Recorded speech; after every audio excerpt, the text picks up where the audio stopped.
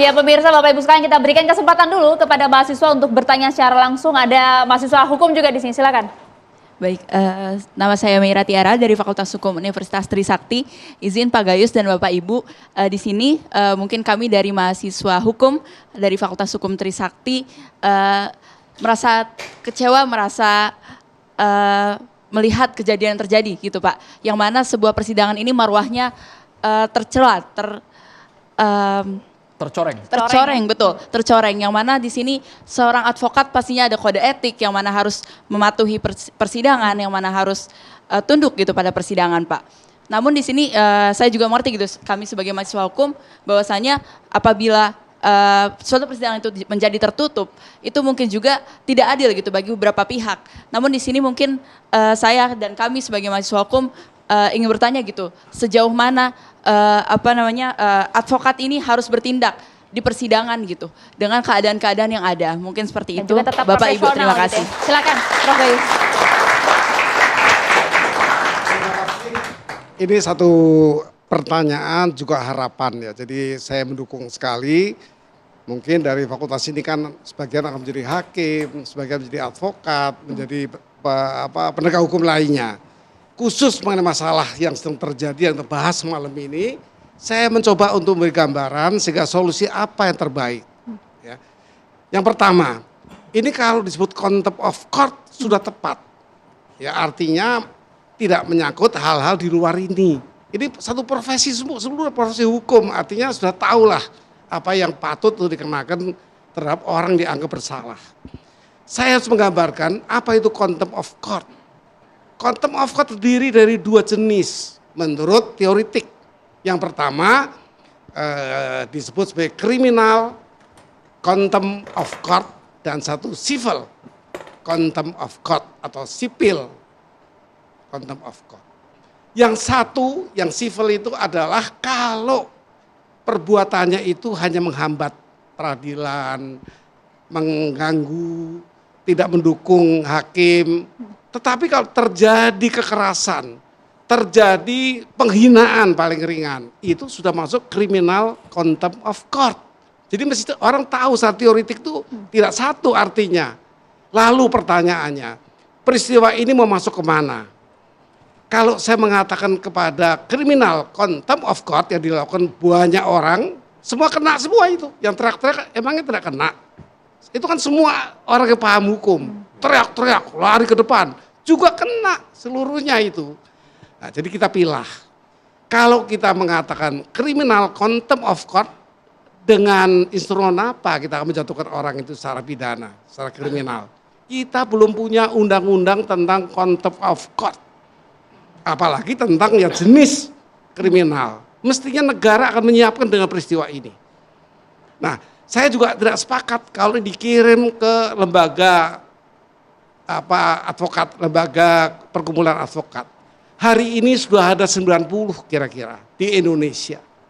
Saya tidak masuk kepada apakah single bar atau multi bar yang tepat untuk Indonesia. Saya setuju dengan single bar. Tapi single bar jenis yang merujuk kemana? Kalau single bar utuh, saya pikir ada konstitusi yang mengatur kebebasan berserikat, berkumpul, sehingga itu akan bertabrakan. Tetapi kita bisa mengatakan single bar dalam artian yang single adalah hal-hal menyangkut etik, kode etiknya saja. Itu pendapat saya. Ya, jadi tidak bisa pindah nanti kemana-mana kalau dia dihentikan oleh yang konsorsium katakan. Juga mengenai ujian advokat, sekarang tiap hari orang ujian advokat. Diuji, dididik sebentar diuji. Ini juga tidak tepat untuk melahirkan advokat-advokat yang berkualitas, advokat sekaliber internasional. Nah, ini terbukti sidang itu seperti itu keadaannya. Oleh karena itu saya mengusulkan agar yang diartikan dengan single bar adalah kode etik yang single. Proses pemeriksaannya single. Kemudian ujian advokatnya juga bersama-sama merupakan satu konsorsium, kalau boleh setahun sekali saja. Jadi advokat tidak banjir seperti hari ini. Kemudian materinya juga konsorsium yang membuat sehingga lulus tidaknya itu ada passing grade yang bisa dipakai sebagai patokan. Yang kami heran Pak Gayus ini kan bukan orang baru, jam terbang sudah puluhan tahun mungkin bersidang. Rasman dan juga Masih Hotman juga ini. terjadi. Nah, ini sekarang saya menjawab bagaimana proses mengatasi peristiwa yang terjadi. Ya. Saya berpendapat bukan tempatnya kepada ruang pidana. Di sana tidak ada pidana. Kok mau lapor polisi apa dilaporkan? Meskipun ini MA yang menyarankan. Ya tentunya MA tidak utuh berpendapat ini dikriminalkan. Ini kan satu konsleting, satu pertengkaran. Tidak ada penusukan, tidak ada penganiayaan di situ. Tidak cocok bagi saya. Tapi juga bukan diadili nanti di MA. Kalau polisi kan nanti sumbernya ke PN, PN ke MA juga. Saya memilih komisi yudisial untuk mengadili perkara ini. Komisi yudisial bisa memanggil hakim, bisa memeriksa hakim. Juga advokat, masyarakat bisa diminta keterangan.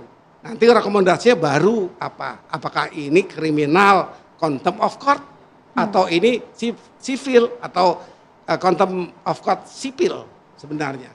Ringan saja karena dia cuma tidak mau mentaati sedang tertutup misalnya. Itu diselesaikan. Bagi saya komisi yudisial tempatnya. Bagaimana dengan ke depan kita kita harus jujur mengatakan kualitas advokat kita. Saya di Peradi sebagai pimpinan untuk membuat soal di tahun pertama Peradi. Saya membuat soal esai atau ada dua macam kan? Ya, bukan yang pilih yang Multiple choice. multiple Pilihan choice ganda. atau Multiple choice. essay dibagi dua ya. Saya membuat soal tidak cukup ternyata itu harus ada satu mata di PKPA-nya yaitu psikologi. Belum pernah ada. Padahal TNI dites psikologi, diajarkan psikologi. Nah ini penting sekali sehingga efek psikologi ini akan timbul di praktek. Termasuk di pengadilan kita lihat itu. Hampir semuanya tidak punya itu. Tidak hanya yang kita tuduh naik meja. Yang teriak-teriak itu siapa? Yang narik-narik salah satu orang siapa? Ini seluruhnya kena, perlu pendidikan yang tepat. Oke. Melalui PKPA. Jadi ini yang solusi yang saya tawarkan. Respon Anda, Pak Partahi. Iya baik, saya sangat respect ya dari apa yang disampaikan Pak Gayus Lumbun ya mewakili. Inilah yang tadi saya katakan bahwa seorang hakim itu harus tidak berpihak. Yang utama lagi harus bijaksana gitu ya kan. Karena kita sesama penegak hukum tentunya nggak ada keuntungannya juga kan. Kalau Rasman mesti dimasukin di penjara, Firdaus dimasuk ke penjara. Kenapa bukan dikasih kesempatan dia? Dengan cara tadi mungkin. Usul bagus, dibangun ke KAI, dimediasi di sana. Kalau memang dia ada kesalahan, boleh skorsing mungkin. Tapi kalau sampai dinyatakan dia melanggar hukum, katakanlah suatu tindak pidana, saya pikir berlebihan gitu ya. Karena semua orang teriak penjarakan dia. Apa yang dipenjarakan? Kita ini semua orang berdosa kok, tiba-tiba masa mau dilempar ke neraka semuanya? Enggak seperti juga, ada proses. Ya kan? Kalau you mau minta ampun, you mau minta maaf, itu saya pikir lebih tinggi daripada keputusan mesti diambil. Jadi makanya saya bilang kejadian ini adalah satu kesempatan untuk semua pihak mengevaluasi. Hakim juga harus mengevaluasi dirinya. Kalau dia nggak bisa mengatasi jalannya persidangan, berarti ada satu wibawa yang kurang bagi dia gitu. Kalau memang dia punya wibawa, punya kemampuan memanage persidangan, dia pasti bisa lakukan itu. Nah kemudian juga advokat juga harus ikut. Sudah ada kode etik yang mengatur bagaimana harus bersikap di pengadilan. Jaksa juga harus begitu, harus juga menghargai. Jangan mau menang-menangan sendiri. Menurut Anda ada sanksinya buat Rasman? Ada sanksinya buat Rasman? Iya, maka saya bilang kalau memang itu mesti ada sanksinya karena memang terbukti seperti Skors kata tadi ya. Bang Gayus tadi.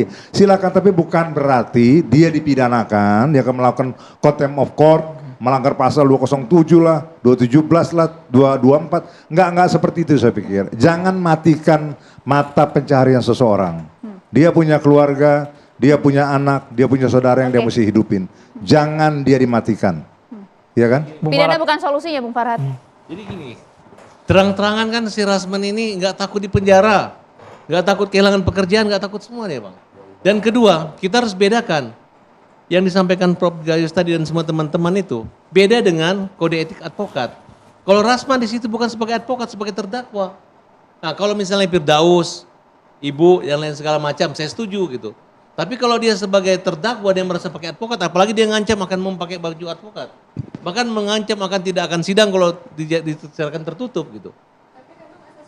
Boleh gunakan mic-nya, Bu? Boleh gunakan mic-nya, Bu Foni? Ya bukan maksud Memang selama belum diputus ya mereka masih status advokat gitu. Gak usah bicara pribadinya Rasman atau segala rupa. Yang sekarang saat ini kita merasa terkoyak ya. Ya.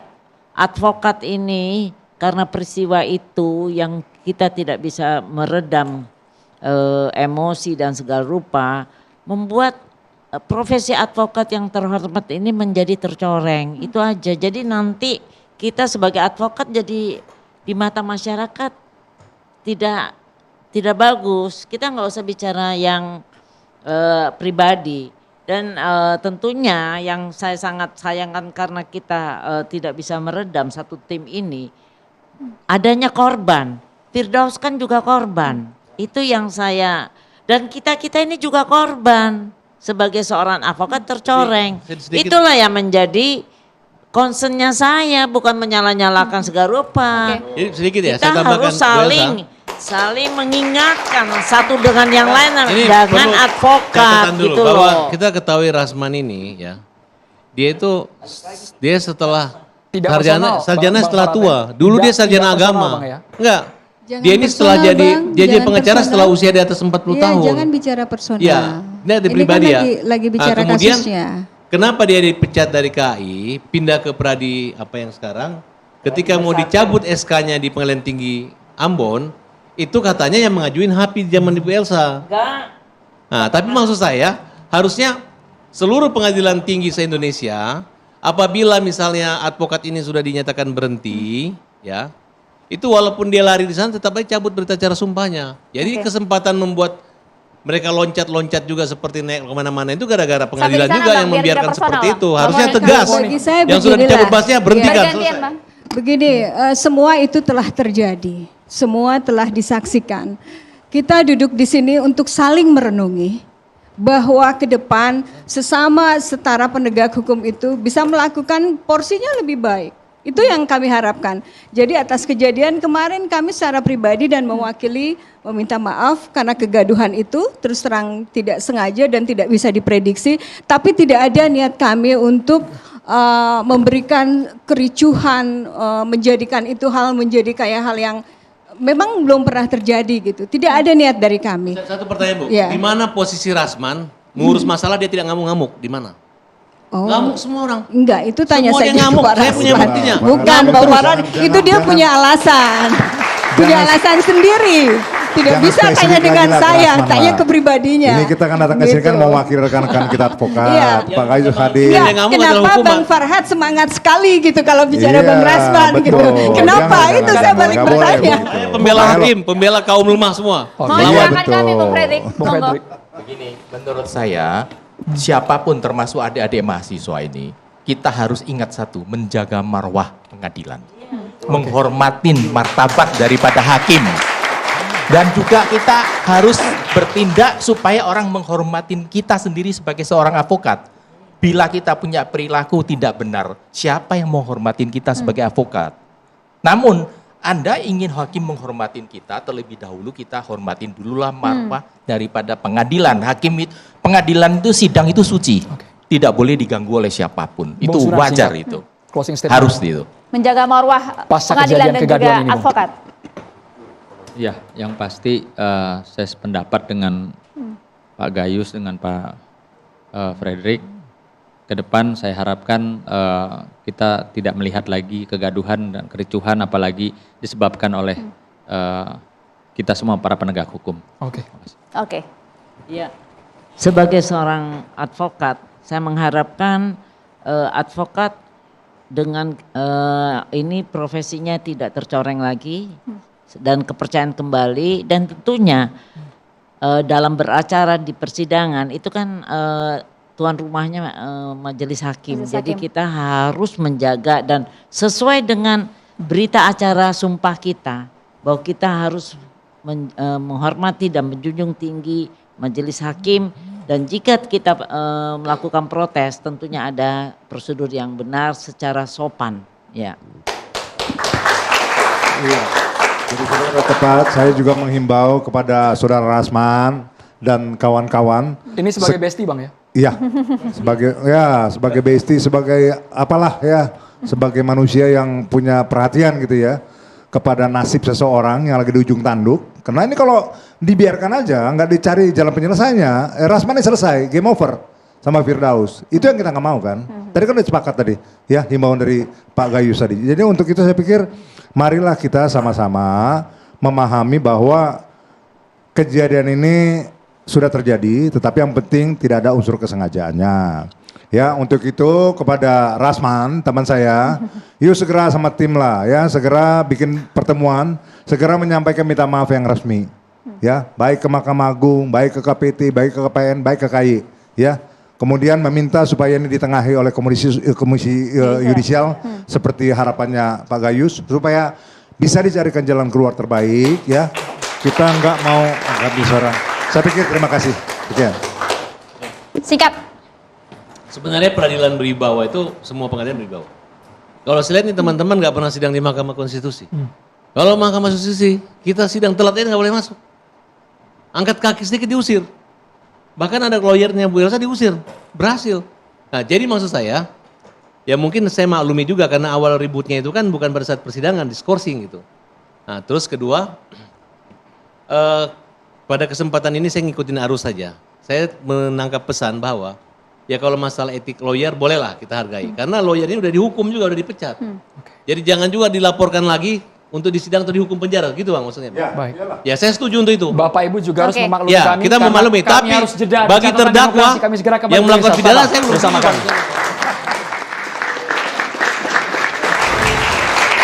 Kami berharap siapapun nanti yang bersidang di peradilan bisa bernarasi dengan elegan sama seperti pakaian yang kami gunakan dari BHS ya Maria ya. Iya, Andro dengan BHS dengan batik jacket yang cukup Sama. elegan. Terima kasih banyak BHS sudah mensponsori kami malam hari ini. Dan semoga tadi diakhiri dengan cukup bijak di BC Catatan Demokrasi. Terima kasih banyak Bu Elsa, terima kasih Bang Fredrik, Bang Fahad, terima kasih banyak. Prof Gayus terima kasih. Bang Sunan yang malam hari ini sejuk banget, terima kasih. Kayaknya gasnya ditahan ya sama Bang Sunan. Bung Siombing terima kasih. Kemudian Bu Foni, terima kasih. Boleh kita sama-sama sambil berdiri? Supaya nggak ada yang bawa perasaan malam hari ini. Nggak ada yang baper Bapak malam Ibu hari ya. ini, semuanya satu suara untuk profesi advokat ya. Betul. Mahasiswa terima kasih dari FH Trisakti dan juga Prodi Humas UNJ. Terima kasih sudah di Catatan Demokrasi. Pemirsa semoga Anda bisa menilai kami secara objektif. Kami tidak bermaksud sama sekali untuk ngompor-ngomporin.